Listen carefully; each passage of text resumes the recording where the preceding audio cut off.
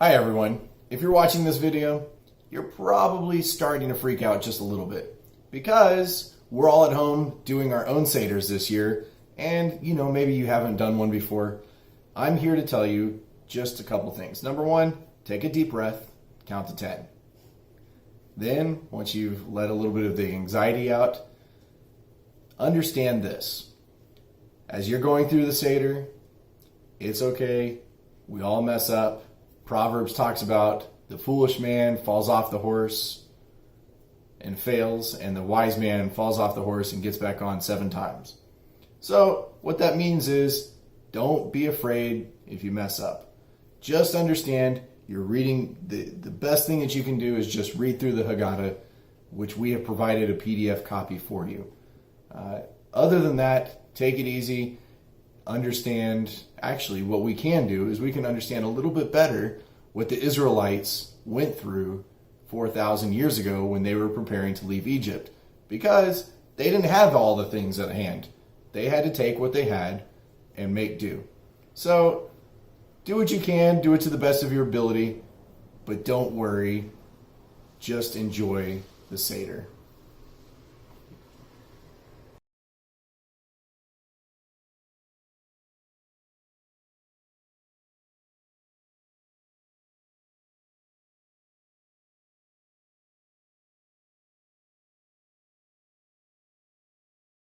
Welcome to Pesach Prep 101. This is working with what you have. My name is Gretchen Sansel, and I'm here today to help you through your Seder prep so that you can use what you have in your house. So today, everything that I'm going to show you is what I already had in my house, and I'm going to give you 3 versions. So if you notice, we have what would normally be on my Pesach Seder table. My candlesticks, my 2 goblets, my nice china that I love. I mix and match patterns, so it's usually white. And your bowl and your pitcher for hand washing. Now, I'm a little quirky, and I don't own a traditional Seder plate. I made my own years ago because, well, to be honest, the ones I liked were way too expensive. So I wanted to make something that I really enjoyed, that I felt matched our family and how we live. So I made a few changes. Also with some of the other items that you need for your Seder table. So the first thing I want to tell you about is, years ago, I bought an antique linen tablecloth that had a big stain in one side of it, but it had this beautiful embroidery work, handwork. And I cut it up. This embroidery was in all the corners, and there was a big section in the center. And I took the center, as you can see, and I cut it and I edged it. And that is now the cover for my matzah. This is my matzah tosh bag that I made with it. It's just got the simple envelope to the back. And I did my afikomen bag, so it fits right in, as you can see. So that was probably $20 for me to do all that. Now, I don't think you can run out and get those, but if you have an old one around that has a stain in the corner and you don't use it anymore, but it's got beautiful work to it, colorful ones, whatever, consider doing that. So I did not, when I started buying my place settings for the Seder, I don't like all match. That's just not who I am. So I would buy 3 of one kind and 2 of one kind, and I think I have 5 different patterns that I mix and match through everything. So you can see this. It's got this nice texture on the bottom, and then on the top it has the leaf design that I really like. And they just kind of play off one another. Then I was looking for what I was going to use for my matzah plate, and I found this at Target. And believe it or not, it's a napkin holder, but I love it. First of all, it doesn't take up as much room on your table, and it looks kind of cool. And then the matzah cover that I made just goes over the top. Finally, I want to show you the Seder plate that I made for our family. I'm going to move some of this out of the way while we're talking. I found this great silver platter at Target. All of this came from Target probably 5 years ago. And your Seder plates don't necessarily have to have individual dishes. You'll see a lot of them with that. I don't. I like it that they're all individual so we can easily pass it around and don't have to pass the whole plate. I found these great glass in the gardening section, believe it or not. And then these very simple bowls that matched the hand washing bowl that I also found at Target. So this is your standard, or our standard, Seder table dressing, as I would call it. Some of it's old, some of it's new. It's kind of a mixture of who we are. So I'll be right back and I will show you the next level of Seder settings that you could do. So we're back and I'm going to show you the next version that I pulled from everyday things that I have here. So to make a Seder plate, if you don't have one and you can't go out shopping, I have this old white platter that my mom had, and for some reason I just couldn't get rid of it. It's old milk glass. And I looked around in my kitchen for what I could do to dress it up, to make bowls. And I remember that I had Kerr canning glasses.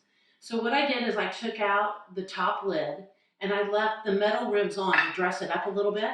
Again, you don't have to put them all on here, but it gives it a little color and a little shine, and it makes it a little bit more festive, a little bit more colorful.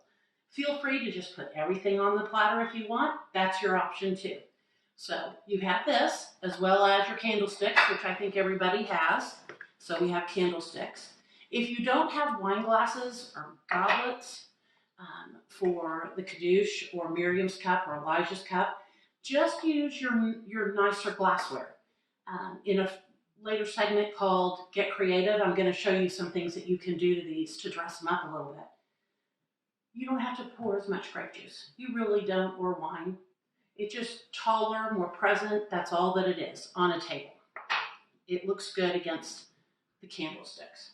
Now, when it comes to everything else we have to have on the table, one of the things that I found long ago are these great plastic plates. They look wonderful, but they're just plastic. And I have white dishes. So I can use this and use this for my matzah. And I just have a white napkin that I've ironed. Of course, it's gotten creased since then, but nicely pressed to go over the matzah. Now, you're wondering, what do we do for the afikoman bag and for the matzah tosh bag if we don't have anything? Take another napkin, fold it in half, put the afikoman in, and fold it over. It's all wrapped and ready to go. For the matzah tosh bag, we did this years ago when we were doing a Seder for our church, and of course we didn't have enough for all the tables. So I took a white napkin, I folded it in half, then I folded it again. If you'll notice, that's what's been done here. And then all I did was insert the matzah in between the folds. And there you have your matzah tosh bag. And it's all ready to go. So this is another version for you to be able to do out of the things that you have in your home. I'll be right back with the third version. Stay with us. So we're back with our last look of what can we do to make Seder special or Seder table special during this holiday, this amazing season of the year when we can't get out of our house. So the final one is what we use more days than I would like to admit. I got hard plastic because my guys tend to be hard on dishes. I don't know why they can't hear the breaking as they stack them, but they don't, and so we end up with more chips than we like. These are also the ones that we use outside. So I took a big platter that I have for when we're cooking out. I think most everybody has one of those. And I use that, and then we have these great plastic bowls that just have a little bit of sunshine on them, which I like. And so there again, use them or don't use them. If you want to have each one of your elements separated, that's great. We have the same candlesticks because I don't think we're going to have multiple times of candlesticks, different types. We have plastic glassware. I love this. It has a little fun to it. Again, if you don't have goblets, don't worry. I'll show you and Be Creative things you can do to dress up your goblets that you need to use. And then just a pitcher. So it's all pretty fun and easy to go. So once we have that set, then you're wondering, what am I going to do to dress my table? Sorry, that was a little loud. We're first going to use the same idea that we used in the last segment that showed folding a white napkin into fours to get your 3 sections for your matzo bag. So here it is again. These are just regular white dinner napkins. Amazingly, these are still on the shelves at Walmart, probably because people aren't thinking about being fancy with napkins, and they're not very expensive to buy. And you get a whole bunch, which is great, so you can use them to dress the rest of your table. So with this, all you had to do is open it once, and you have your 3 sections to put your matzo in. Take it for your afikoman bag, lay it out. Sorry about that. Put your afikoman right here in the middle, and then just fold it along. And it's all wrapped up nice and neat. Look for your paper plates. I found these at Walmart. They're white. They're not bad looking, really. They're nice and simple. And all I did was take a paper napkin, put it over the top from my matzo plate, and then you can use them also to eat with. They usually have these in a smaller size or coordinating, so you can take a smaller plate and use that for the Seder itself when we're removing a drop of our grape juice for each one of the plagues. So there you go. There are your 3. Make it at home with what you have. Don't stress this season. Look around your house, be creative. I saw a great idea that a family had taken all the canned goods that they had used to prepare the Seder meal and clean them out and then use those to put flowers in. So there's all sorts of things you can do. You just got to stretch your mind a little bit and just have your heart in the right place, and God will lead you. So thanks for tuning in for Pesach Prep 101. See you soon. Hi, welcome to Pesach Prep 101, a little at a time. So this is just a little inspirational talk for you and for me to remember that this shouldn't be a stressful time. We're already stressed enough. And instead, approach the coming week a little bit at a time. So today, my family and I did the deep clean of the house with everything but basically the kitchen, so that when we get to Wednesday, we're just touching up. And the kitchen is really what gets all the attention, because that's where all the chametz is. Also, we are going to start pulling out the dishes and making sure they're washed and napkins are ironed, everything a little bit at a time. Just make a schedule and get your kids involved, and they'll love doing it. My kids always loved making sure when the table was set that it was all the same. And the arguments they would have over, oh no, the fork's too far up, or that other plate's not turned the right way. And one would go through and do it, and somebody would come behind and redo it, and over. It became almost a game, but it kept them occupied for a long time. I usually try to have my Seder table, everything out and on the table the day before. And then all I'm doing is cooking that day and putting it on, and we sit down and we're ready to go. So take it easy. Don't stress. Do a little bit at a time, and you'll make it through this season in flying colors. Talk to you soon. Thanks for tuning in to Pesach Prep 101.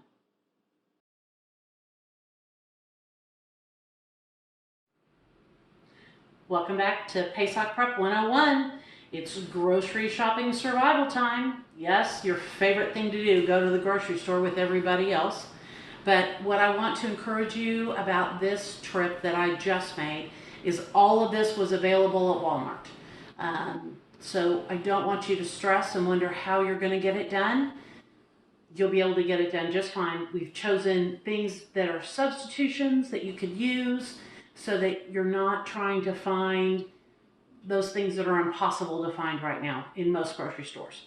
So, amazingly enough, most people have not found the kosher section of their grocery store yet to get great food from.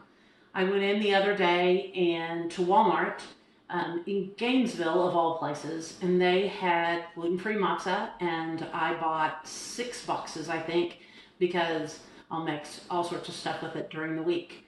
I went back in 3 days later, and the shelves were completely full again, so I bought a lot more boxes, so I already have all of my matzah that I need for the whole week. So, start with your matzah. Tom Thumb usually has big cases of it, and they sit on the ends of the end caps of the aisles, and people walk right past it, not realizing what a great thing it is to have, especially during this time when there's no bread. There's so many things that are empty on the shelves. So start with your matzah. There you'll also find grape juice. We use this, but if you can't find this, try to find 100% grape juice. It's okay. Remember, we're surviving this Seder, okay? So now for the rest of the things that you need for your Seder plate. I'm not going to deal with dinners because everybody likes different things. So you have to have salt for your salt water. You can get parsley for your greens. This bunch was there. They had a ton of parsley. I guess people only think of it as a garnish, so nobody's buying it right now, or at least not much. So when it comes to your horseradish, my grocery stores don't carry the horseradish root. Those are generally in specialty stores. But on the shelf, prepared horseradish, there it was, all ready to go. And if you don't want to do horseradish, Miss Terry Rucker-Wilhite taught me this for the children's Seders, you can use radishes and just cut it very thinly, and this will be the same. So you can use that instead. Of course, we have eggs for your roasted egg, and then for your hairset that you'll need to make, they had plenty of apples, cinnamon, and again, your grape juice. So this is really easy to do, no stress. Now I know you're wondering why I didn't talk about the shank bone. Well, this year I was going to do a new one, and of course everything happened in the world, and I can't get to the store to where there are shank bones to be able to do that. So I said to my boys, I need you to build me a shank bone out of Legos. So guess what? This is our shank bone this year. I know, call it crazy, but it was a joy to hear them working on this, and I'm going to talk more about this in the Be Creative section. But just know, this is about just surviving the grocery store. And if you can't find it, let's think about other ways to do it. So I will see you in the next segment called Be Creative, where I'll talk more about our Lego shank bone. I'll see you then. Thanks. Hi, welcome back to Pesach Prep 101. This is Be Creative. So in the last segment, which is our grocery shopping survival segment, I told you that I was not able to get a shank bone this year. Now, let's make it easy. Shank bone, chicken bone, not a dog bone, but either one of those is fine. Or in my case, I set my guys to task and I said, I need a Lego shank bone this year. So I listened to them working this out. I had one that even said, do I need to break apart one of my kits so you can have those white pieces? And we told him no. That was Asa, of course. But they created this for me, which I absolutely love. It makes the Seder this year special to me because I know they participated. They had fun doing it. So this is our shank bone. In our earlier segments talking about making it work with what you have. And I talked about how you could use your glassware that you have normally. And if you don't have goblets, what I did is I had some ribbon in my house, and all I did was tie it around just to make it a little bit more dressy. For your Elijah's cup or Miriam's cup, the kids could do this. It also works with the one where we're using all our everyday plasticware. Slides right on there. And it just gives it like a bow tie. I like it. So that dresses up your table decorations. Now, here's what I'm going to say. Your kids are at home, if you have kids. Let them participate. Get them paper. Even if you have old wrapping paper, turn it upside down. It's all white. Lay it out on the table and let them draw pictures for everyone that's going to be there. Let them decorate for Elijah. Let them make his place what they would want it to be, as special as they would want it to be if they were the ones that were joining us. Let them have fun. Let them take part in it. It's a memory that they'll always have. So that's always easy to do. Tie bows with ribbon on your chairs. Add extra candles down the middle of the table. It's all so easy. You just have to stop worrying about having it be perfect or of the best quality that you can possibly buy, and instead make it from your heart and make it fun. For those of you that need things to do with your hands, look online. Find some origami and make origami frogs to decorate the table. There's all sorts of stuff you could do if you just think about it and if you just get a little creative. So do me a favor, if you've got some great ideas, post them to our BHS Dallas Facebook group and share your ideas for decorating your Seder table this year. Let your creativity go and share it with the world. Thanks for tuning in. Have a great Passover.